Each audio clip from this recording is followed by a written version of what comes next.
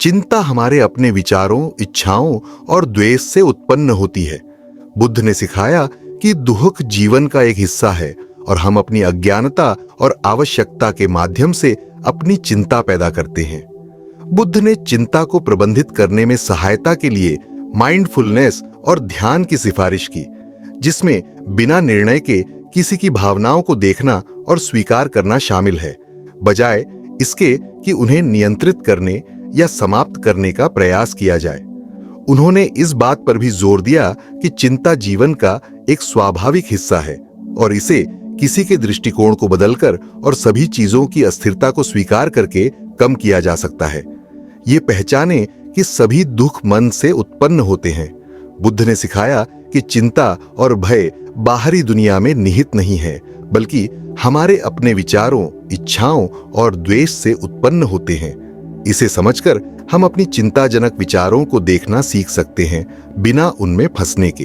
तो आइए आपको अकीरा नाम की एक लड़की की कहानी सुनाते हैं, जो चिंता और अत्यधिक विचारों से जूझ रही थी। एक समय की बात है, पहाड़ों में बसी एक छोटी सी बस्ती में अकीरा नाम की एक युवा योद्धा रहती थी।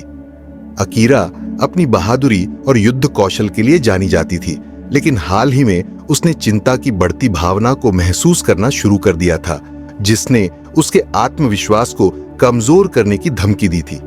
एक दिन जब वह अपने ध्यान कक्ष में बैठी थी, तो अकीरा ने अपने समझदार शिक्षक आदरणीय मास्टर काइडो से अपनी चिंता पर काबू पाने के लिए मार्गदर्शन मांगा।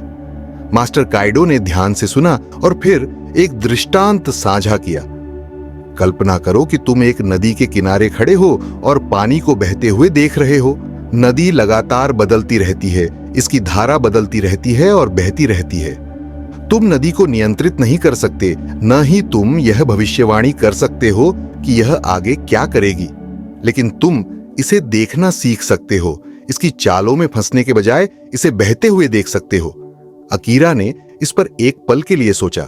उसने महसूस किया कि उसकी चिंता नदी की तरह है, जो लगातार बहती और बदलती रहती है, और वह इसे नियंत्रित करने की कोशिश कर रही थी।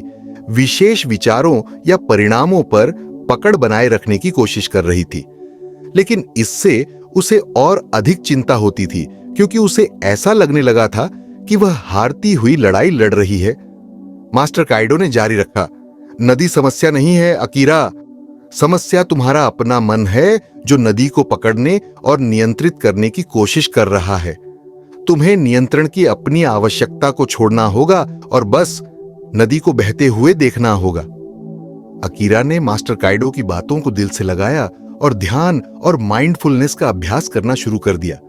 उसने बिना निर्णय के अपने विचारों और भावनाओं को देखना सीखा, उन्हें नदी की तरह बहने दिया। उसने महसूस किया कि उसकी चिंता एक स्थिर इकाई नहीं थी, बल्कि उसके अपने मन से उत्पन्न होने वाला एक लगातार बदलता अनुभव था। जैसे जैसे उसने अभ्यास जारी रखा, अकीरा ने पाया कि उसकी चिंता कम होने लगी।